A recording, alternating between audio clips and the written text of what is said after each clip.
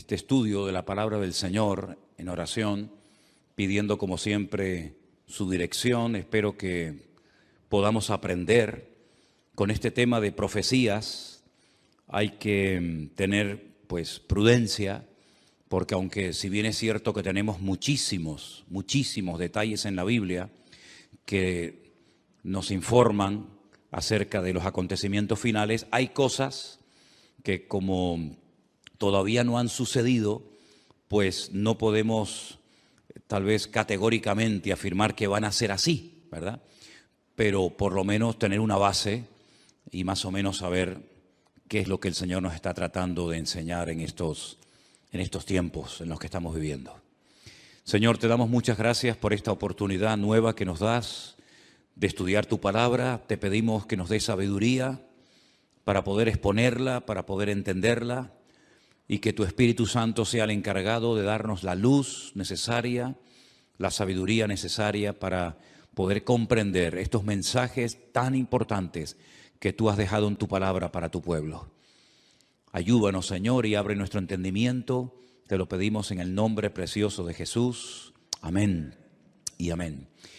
Pedirles también, por favor, que vean la información que les he mandado en esta tarde al grupo de WhatsApp de la iglesia. Si alguien no está en el grupo, pero quiere recibir ese estudio, esa reflexión acerca de lo que representó en su día la fiesta de Purim, que se está celebrando en estos días nuevamente en Israel. Yo hace años ya di una explicación acerca de esos nombres, ¿verdad?, que aparecen a la derecha en las Biblias en hebreo y unas palabras a la izquierda, y cómo hay unas letras pequeñitas y unas letras grandes en comparación con otras, todo lo que eso representa. Y les mandé esta tarde ese artículo porque no tiene desperdicio, es muy interesante. Solamente unos pequeños detalles para despertar el interés, para que vean o para que lean, mejor dicho, ese documental o esa información. La fiesta de Purim se llevó a cabo en los días de la reina Esther, ¿verdad?, y del rey Asuero. En estos días se lee todo el libro de Esther, volviendo a recordar la historia de cómo Dios salvó del exterminio, de la destrucción a todo el pueblo de Israel. Veis que el enemigo siempre quería más y más, ¿verdad?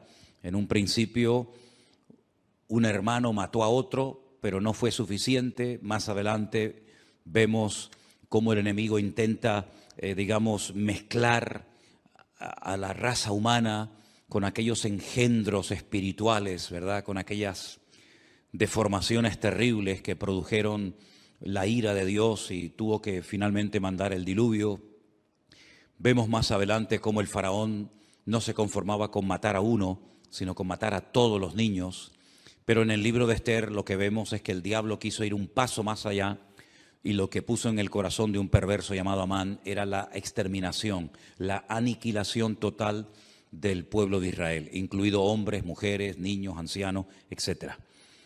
El Señor intervino de una forma milagrosa, y esa liberación, ese milagro se recuerda todos los años en una fiesta que, repito, se está celebrando en estos días y que se llama la fiesta de Purim. La palabra Purim viene de la palabra pur, que significa suerte. Purim es suertes, como se echó suerte sobre el pueblo de Israel, y el Señor, pues una vez más, protegió sobrenaturalmente a ese pueblo. Cuando se produce una matanza de los enemigos que querían destruir al pueblo de Israel, el rey Asuero, que es el marido de la reina Esther, le dice: hoy han muerto 500 hombres y los 10 hijos de Amán. ¿Tiene alguna petición más la reina? Y la reina, su esposa Esther, dice: quiero que mañana a los 10 hijos de Amán, que ya estaban muertos, los cuelguen en la horca. Y de ahí hay toda una explicación de esa palabra mañana, de cómo hay momentos en la que la reina Esther dice que se dirigía al rey Asuero, incluso mencionándolo por nombre, pero hay otros momentos en los que simplemente menciona la palabra rey, dando a entender de que le hacía la petición al rey, al Señor Dios Todopoderoso. y vemos cosas muy interesantes de cómo no hace mucho tiempo atrás ahorcaron también a otras 10 personas. Y ese artículo que les he mandado esta tarde, yo ya lo había leído hace años, lo conocía. De hecho, les expliqué el tema de los números, de las letras en el libro de Esther, pero quiero que lo lean porque es muy interesante y una vez más se demuestra la credibilidad de la Biblia. La Biblia es un libro matemáticamente perfecto que se adelanta en el espacio y en el tiempo, no solamente dándonos información de cosas que ocurrieron, sino de cosas que ocurrieron, pero que tienen un reflejo y una repercusión en el futuro. Y es muy interesante ese artículo y me gustaría de verdad que lo leyeran con detenimiento. Yo se lo mandé, ya digo, al grupo de WhatsApp, pero si alguien lo quiere tener y no está en el grupo, pues me das tu teléfono y yo te lo mando sin ningún problema, ¿de acuerdo? Nosotros nos vamos al libro de Ezequiel. Ezequiel era un sacerdote que había sido llevado cautivo a Babilonia. Ustedes saben que las tribus del norte que formaron un país y adoptaron el nombre Israel y decidieron que Siquén, la actual Nablus, fuera la capital del reino del norte, fue arrasado tiempo antes de que Nabucodonosor decidiera atacar las tribus del sur.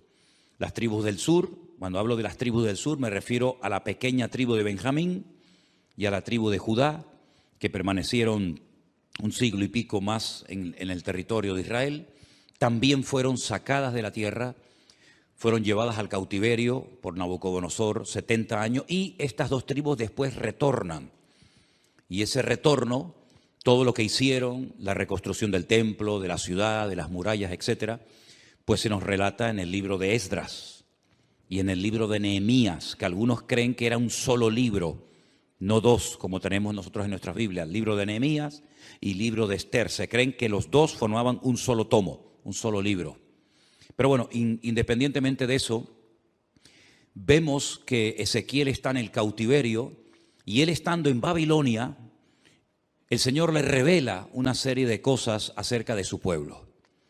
A través de una serie de sueños, de visiones, le muestra el retorno del pueblo de Israel, cómo volverían, y la ciudad de Jerusalén volvería otra vez a ser habitada, etcétera, etcétera.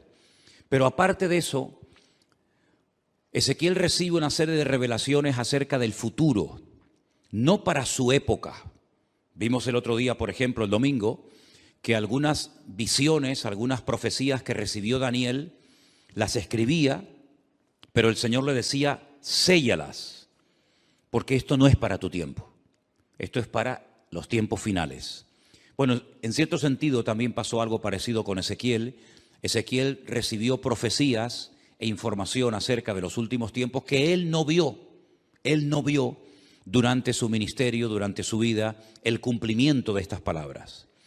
El capítulo 38 y 39 de Ezequiel, digamos que van unidos, porque el 39 es una prolongación de lo que comienza a revelarle el Señor a Ezequiel.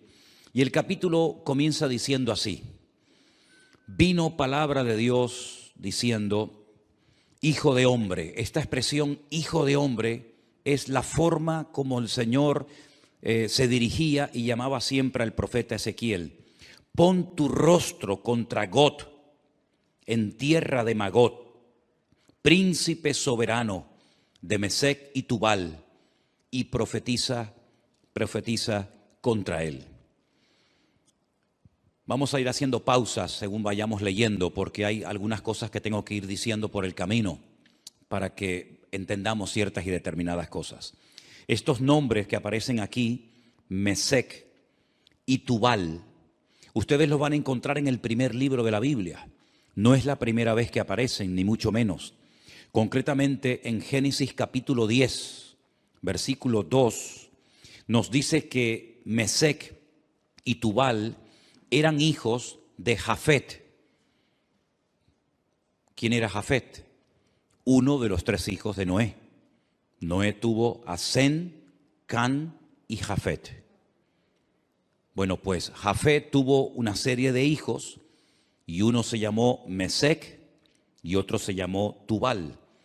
Eran nietos, en este caso serían nietos del patriarca o del personaje de Noé.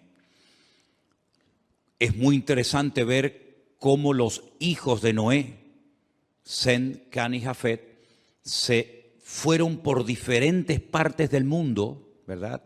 Y conquistaron territorios y tierras.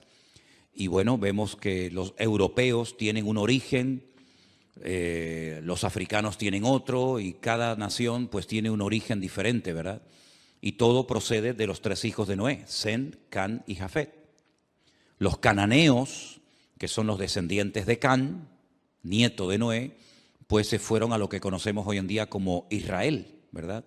Y allí ese país se llamaba en el principio Canaán.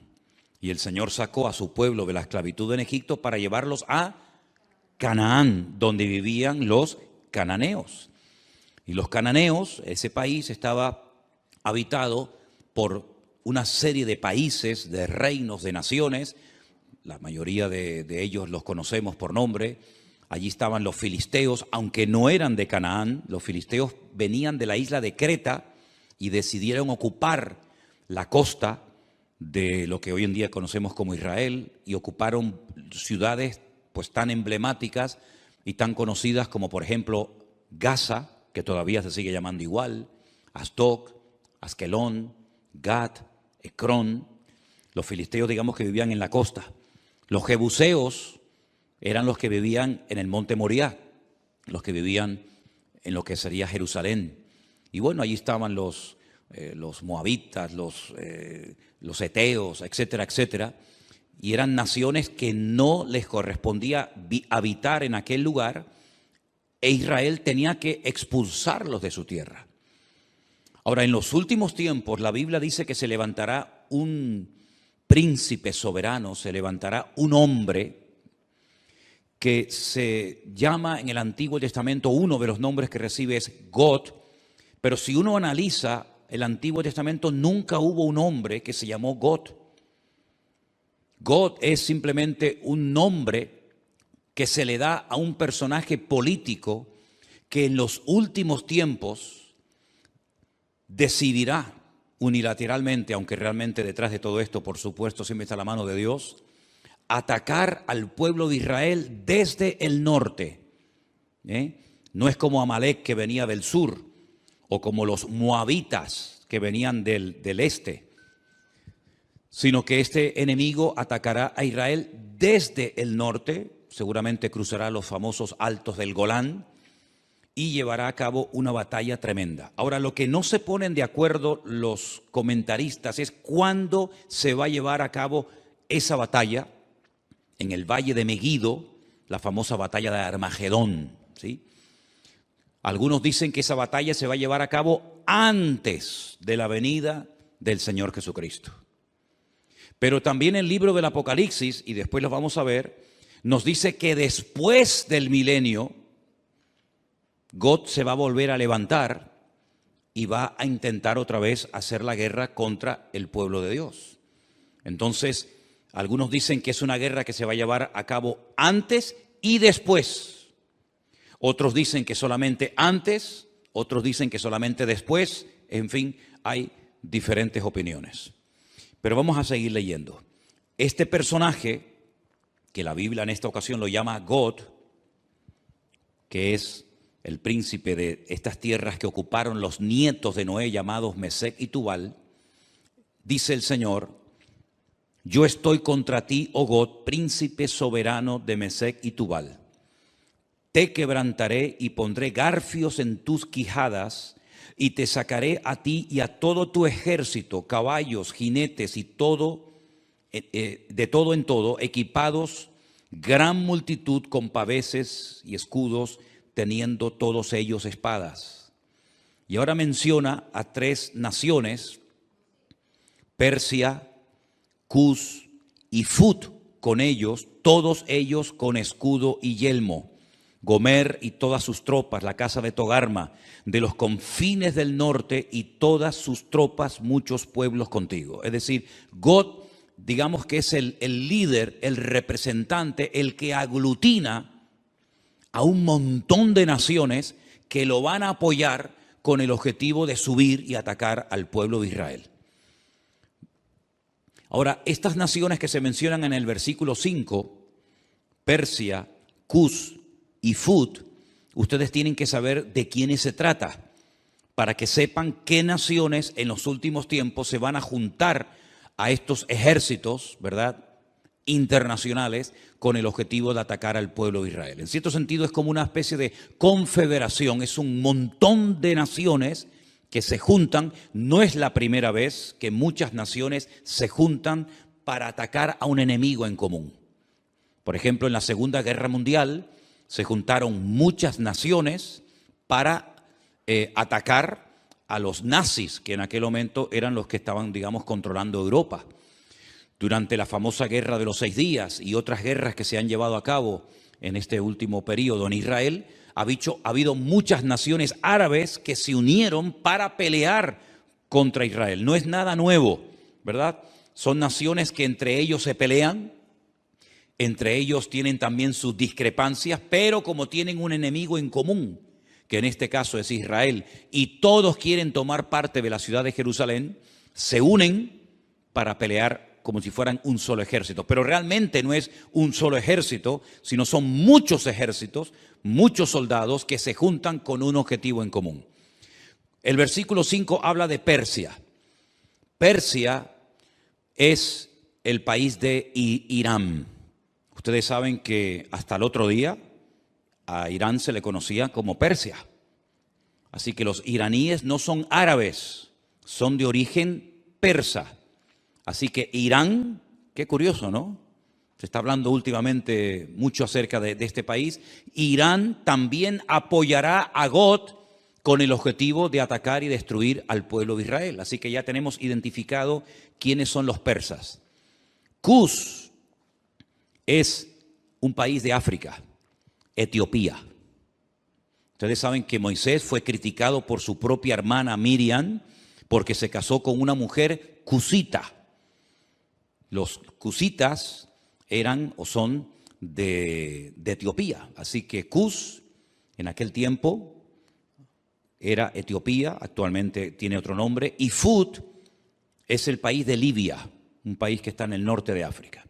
Como pueden comprobar, estamos hablando de naciones del norte de Israel, estamos hablando de naciones africanas, estamos hablando de la nación de Libia. Y en los últimos tiempos vamos a ver cómo diferentes naciones, y ya lo estamos comenzando a ver, cada nación ya se está posicionando. Unos apoyan a un bando, otros apoyan a otro bando, y estamos viendo cómo se está reorganizando el mundo. Unos a favor de estos por los motivos que sea, otros a favor de estos por sus propios intereses. Pero vamos a ver en los últimos tiempos cómo van a ocurrir cosas muy rápidos en la economía y en otras circunstancias, que lo que van a hacer es que cada país, por pequeño o grande que sea, por influyente o poco influyente que sea, va a buscar dónde acomodarse, a quién apoyar y bajo qué paraguas me pongo. Si bajo el paraguas de Oriente, bajo el paraguas de Occidente, y estamos viendo, solamente hay que ver un poquito los medios de comunicación y conocer un poco de la Biblia para darnos cuenta cómo el mundo se está reubicando, ¿verdad? Y vamos a ver cosas muy interesantes. Así que esas 3 naciones ya las hemos identificado. Después, más adelante, pues a lo largo del capítulo, vemos cómo esta batalla se va a llevar a cabo en ese valle que hemos estado recientemente visitando, un valle realmente precioso, el valle de Megiddo. Un valle inmenso. Se va a llevar a cabo una batalla como jamás en la historia se ha llevado ninguna batalla. El hombre parece que no aprende. Cuando terminó la Primera y la Segunda Guerra Mundial, muchas personas dijeron, bueno, después de estos conflictos ya hemos aprendido que en una guerra nadie gana, sino que todos pierden. Por lo tanto, no tiene ningún sentido que los pueblos, que las naciones se sigan enfrentando la una con la otra, pero vemos que el hombre no aprende. Vemos que de vez en cuando salta por algún sitio, salta por algún otro lugar.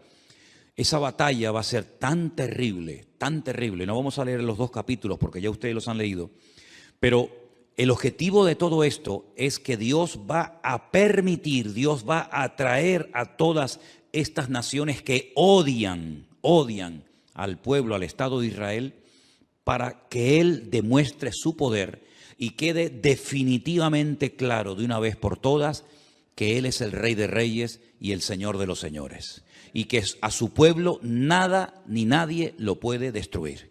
Todos los imperios, y podríamos hacer una lista enorme, todos los imperios, todos los países, todas las naciones que han intentado con todas sus fuerzas destruir al Estado de Israel prácticamente o han desaparecido o no son prácticamente nada en el tiempo presente. Miren ustedes, por ejemplo, el imperio egipcio, no queda absolutamente nada de él, los babilónicos, los persas, los medos, los griegos, los romanos, diferentes imperios que a lo largo de la historia se propusieron arrasar a este pueblo, porque este pueblo no solamente es un pueblo, no solamente son personas, sino que representa una serie de valores, una serie de principios y sobre todo representa que hay un Dios detrás de esa nación, que hay una Biblia, que hay una palabra de Dios detrás de esa nación, y lo que el enemigo no quiere bajo ningún concepto es que Dios sea reconocido como el soberano de todas las naciones de la tierra. Ahora bien, cuando termine esa batalla tremenda en el Valle de Megiddo, sí me gustaría leer a partir del versículo 4 del capítulo 39, donde dice: sobre los montes de Israel caerás tú y todas tus tropas, y los pueblos que fueron contigo, a aves de rapiña de toda especie, y a las fieras del campo te he dado por comida. Es muy interesante cuando estuvimos recientemente ahora, hace unas semanas en Israel, que la ruta migratoria más importante de aves en Europa pasa por el Valle de Megiddo. El año pasado pasaron 2 billones con B, 2 billones de aves migratorias por el Valle del Jordán, cruzando todo el Valle de Megiddo y viniendo cigüeñas, águilas y un montón de aves a Europa y al norte de África, huyendo del frío en las rutas migratorias. Hay un ave de rapiña que son los milanos, que parece como si fuera un águila, que tienen la cola como en forma de horquilla, que en España estaba prácticamente extinguido. Nosotros hemos visto a centenares y a centenares de milanos, que son como un aguilucho grande, revoloteando en el Valle del Jordán hasta hace unas semanas atrás. Es muy interesante ver cómo las aves de rapiña que tienen su ruta migratoria por ese valle, dice que son llamadas para que coman las carnes de reyes, de príncipes, de soldados, de generales, de comandantes que van a intervenir en ese campo de batalla. Es realmente interesante. Sobre la faz del campo caerás, verso 5, porque yo he hablado, dice Jehová el Señor. Enviaré fuego sobre Magog y sobre los que moran con seguridad en las costas, y sabrán que yo soy el eterno Dios. Haré notorio mi santo nombre en medio de mi pueblo Israel, y nunca más dejaré profanar mi santo nombre, y sabrán las naciones que yo soy Jehová, el Santo de Israel. He aquí viene y se cumplirá, dice Jehová el Señor, este es el día del cual yo he hablado. Los moradores de las ciudades de Israel saldrán y encenderán y quemarán armas, escudos, paveses, arcos, saetas, dardos de mano y lanzas, y los quemarán en el fuego 7 años. Armamento que traerán esas naciones servirá de combustible durante 7 años después de que finalice la guerra. No traerán leña del campo ni cortarán de los árboles, sino quemarán las armas al fuego y despojarán a sus despojadores y robarán a los que les robaron, dice Jehová el Señor. En aquel tiempo yo daré a Gog lugar para sepultura allí en Israel. Es allí donde va a ser sepultado, donde va a ser enterrado este personaje, en el valle de los que pasan al oriente del mar, y obstruirá el paso a los transeúntes, pues allí enterrarán a Gog y a toda su multitud, y lo llamarán el valle de Amón Gog, que significa la multitud de Gog. Aquí habla de multitud, no especifica el número de esa multitud, pero el Apocalipsis sí nos da ese dato. Porque nosotros no solamente tenemos el Antiguo Testamento para saber las cosas que van a ocurrir, por dónde van a atacar, cuántos van a atacar, cuánto tiempo estarán enterrando cadáveres, etcétera, etcétera, sino que además tenemos la información tremenda del Nuevo Testamento, sobre todo las cartas de Pablo a los tesalonicenses, las cartas de Pedro, parte también de la epístola cortita de Judas y sobre todo el libro del Apocalipsis, donde nos da una información de millones y millones de soldados, 200 millones de soldados que subirán por toda esa cordillera, por esos valles, en dirección a Jerusalén. Pero allí muere este hombre, este personaje, y la casa de Israel los estará enterrando por 7 meses para limpiar la tierra. 7 meses, todos los días enterrando muertos. Hermano, estamos hablando de multitudes, de millones de personas. ¿Cuánto se tarda en enterrar a la gente? Con una pala mecánica haces una zanja enorme y comienzas a echar cadáveres dentro. Pues 7 meses enterrando todos los días muertos. Y los enterrará todo el pueblo de la tierra. Y será para ellos célebre el día en el que yo sea glorificado, dice Jehová el Señor. Y tomarán hombres a jornal que vayan por el país con los que viajen para enterrar a los que queden sobre la faz de la tierra, a fin de limpiarla. Al cabo de 7 meses harán el reconocimiento. 7 años quemando el armamento, 7 meses enterrando cadáveres, y pasarán los que irán por el país, y el que vea los huesos de algún hombre pondrá junto a ellos una señal, hasta que los entierren los sepultureros en el valle de Amón-Gad. También el nombre de la ciudad será Amona, y limpiarán la tierra. Y tú, hijo de hombre, así dice el Señor, di a las aves de toda especie. Les recuerdo, 2 billones de especies de aves pasaron el año pasado por ese valle. Di a las aves, a toda especie y a toda fiera del campo, juntaos y venid, reuníos de todas partes, a mi víctima que sacrifico para vosotros, un sacrificio grande sobre los montes de Israel, y comeréis carne y beberéis sangre. Y más adelante leemos en el verso 21, y pondré mi gloria entre las naciones, y todas las naciones verán mi juicio que habré hecho. Cuando termine esa batalla, al final de lo que llamamos o conocemos como el nombre de la gran tribulación, comenzará un período de 1000 años que se conoce como el milenio o la era milenial del Mesías. Y dice Zacarías capítulo 14, y esto es literal, no hay que buscar una aplicación simbólica porque es literal.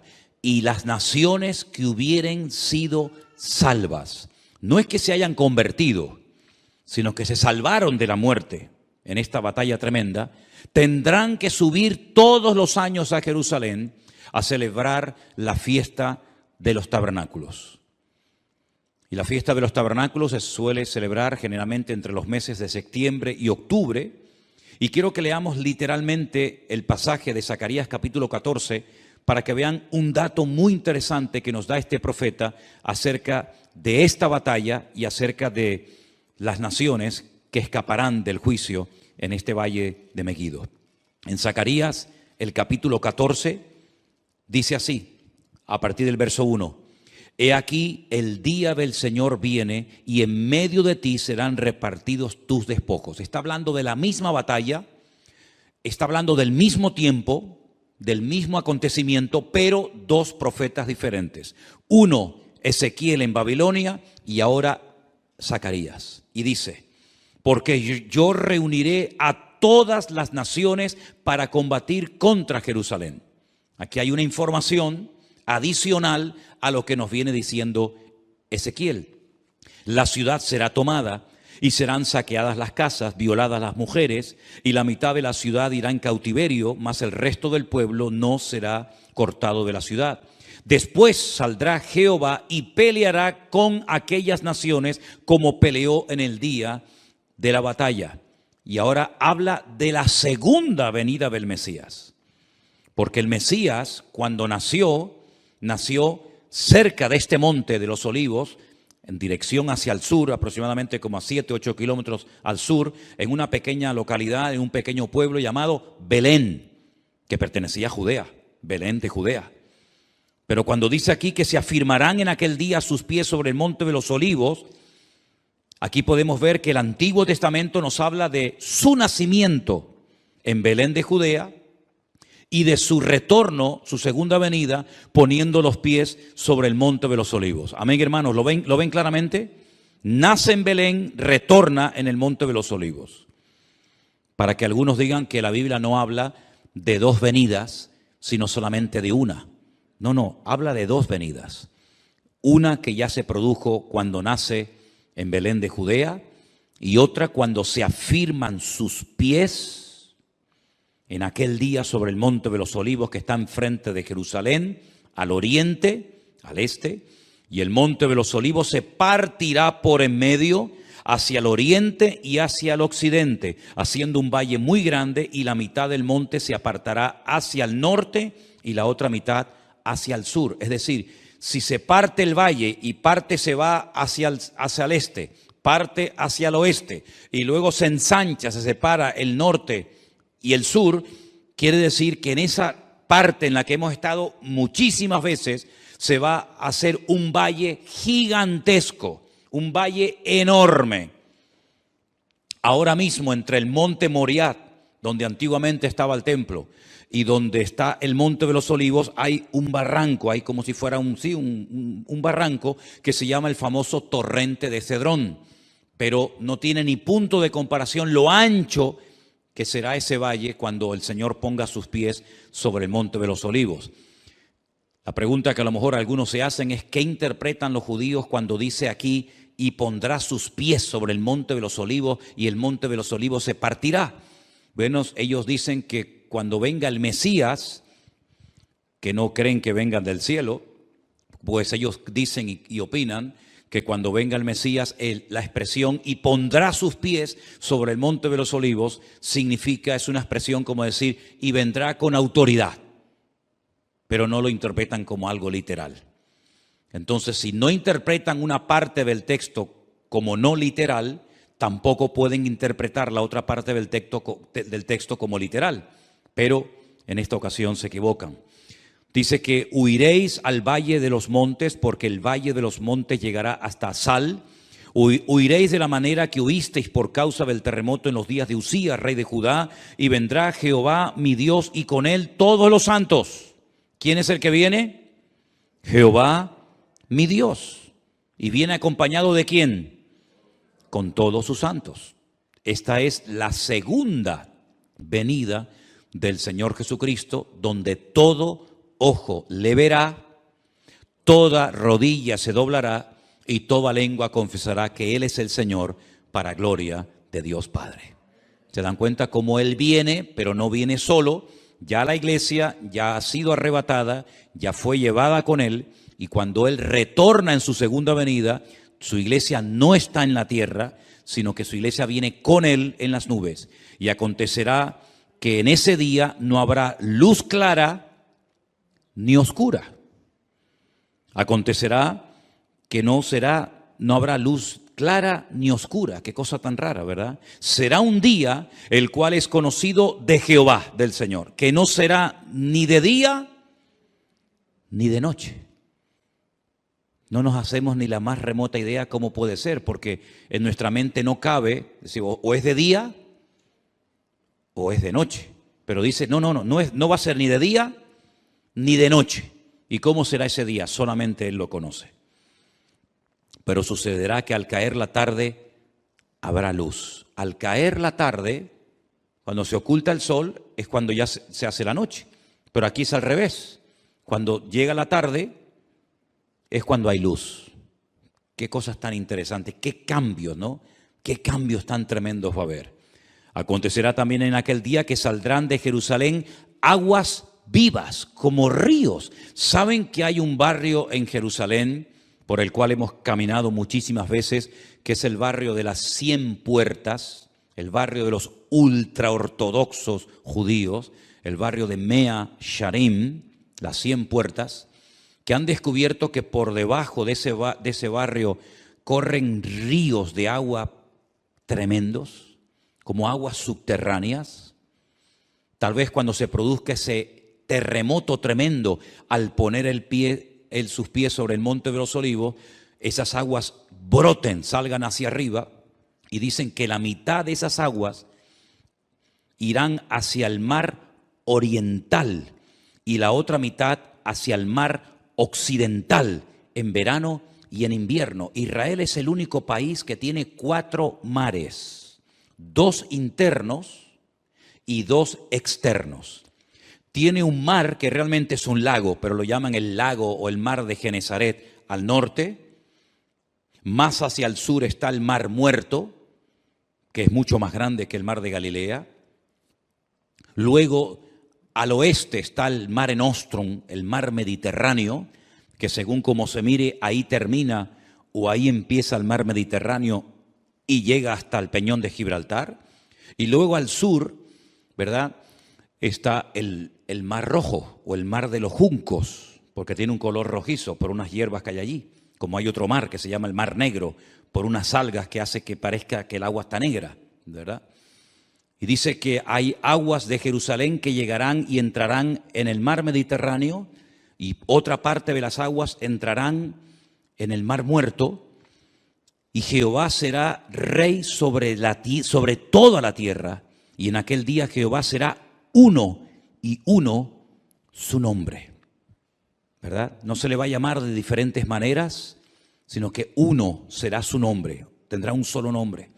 Y toda la tierra se volverá como llanura desde Jeba hasta Rimón, al sur de Jerusalén, y ésta será enaltecida y habitada en su lugar desde la puerta de Benjamín hasta el lugar de la puerta primera, hasta la puerta del ángulo, y desde la torre de Anael hasta los lagares del rey. Y morarán en ella, y no habrá nunca más maldición, sino que Jerusalén será habitada confiadamente. No estamos hablando, no estamos haciendo referencia a la nueva Jerusalén, que es la que Juan recibe en revelación y que nos cuenta cómo es en el capítulo 21 y el capítulo 22 del libro del Apocalipsis. Esta no es la nueva Jerusalén, esta es la Jerusalén renovada, transformada, pero terrenal, ¿verdad? En la cual Cristo, con todo su pueblo, sus hijos, estará reinando durante 1000 años. Pero no es la nueva Jerusalén de las calles de oro, las puertas de perla, etc. Pero se vivirá en esa ciudad. Y esta será la plaga con la que herirá Jehová o el Señor a todos los pueblos que pelearon contra Jerusalén. Eso no lo dice Ezequiel. Ezequiel dice que las tropas de Gog, o del anticristo, si lo prefieren así, quieren atacar y destruir Israel, pero dice que morirá, que será enterrado en Israel, pero no dice cómo morirán las personas en el campo de batalla. Pero Zacarías sí recibió el dato, la revelación de cómo morirían. Dice que será como una especie de plaga. Esta será la plaga con la que Jehová herirá a todos los pueblos que pelearon contra Jerusalén. Escuchen, la carne de ellos se corromperá estando ellos sobre sus pies. Están de pie, no están sentados ni acostados, están de pie, peleando, batallando. Se consumirán en las cuencas sus ojos y la lengua se les deshará en su boca. ¿Esto qué es? ¿Un ataque bacteriológico? ¿Un ataque nuclear? Pero esta será la forma como morirán esas personas que fueron a atacar a Jerusalén. Acontecerá en aquel día que habrá entre ellos gran pánico enviado por Dios, y trabará cada uno de la mano a su compañero y levantará su mano contra la mano de su compañero. Se matarán entre ellos, se pelearán entre ellos, se matarán entre ellos. Increíble, ¿eh? Judá también peleará en Jerusalén, y serán reunidas las riquezas de todas las naciones de alrededor, oro, plata, ropas de vestir en gran abundancia. Así también será la plaga de los caballos, de los mulos, de los camellos, de los asnos y de todas las bestias que estuvieren en aquellos campamentos. Todos los que sobrevivieren de las naciones que vinieron contra Jerusalén, aquí hay un dato muy importante, subirán de año en año para adorar al Rey, a Jehová de los ejércitos, a celebrar la fiesta de los tabernáculos. Todos los años tendrán que subir. ¿Por qué la fiesta de los tabernáculos y no otra fiesta? Porque las 3 fiestas de obligatorio cumplimiento que recibió el pueblo de Israel, que son Pascua, Pentecostés o Shavuot y la fiesta de los tabernáculos, las 2 primeras ya tuvieron un cumplimiento profético en la vida del Señor Jesucristo. Dice Pablo, Él es nuestra Pascua. Jesús fue sacrificado, fue crucificado, murió en la fiesta de Pascua. El cordero que se mataba, al cual no se le podía partir ningún hueso en la fiesta de la Pascua, tipifica, representa al Cordero de Dios que quita el pecado del mundo, que es nuestro Señor Jesucristo. La fiesta de las semanas, o Shavuot, o Pentecostés, como la conocemos nosotros, ya tuvo su cumplimiento profético. Fue el día que el Señor decidió derramar de su Espíritu Santo sobre las 120 personas que estaban en aquel aposento, en aquella casa, y comenzaron a hablar en otras lenguas y comenzaron a evangelizar a miles de personas que se convirtieron en aquel día. Pero la fiesta de los tabernáculos no ha tenido un cumplimiento profético en Cristo.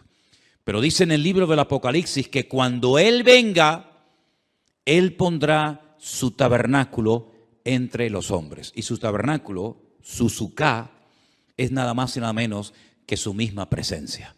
Él nació en la fiesta de los tabernáculos y Él exigirá que en la fiesta de los tabernáculos todas las naciones que hubieren sido salvas tienen que subir de año en año a Jerusalén, a adorar al Rey, a Jehová de los ejércitos, y el que no suba, dice la Biblia en el verso 17, no vendrá sobre ellos lluvia. ¿Qué les parece?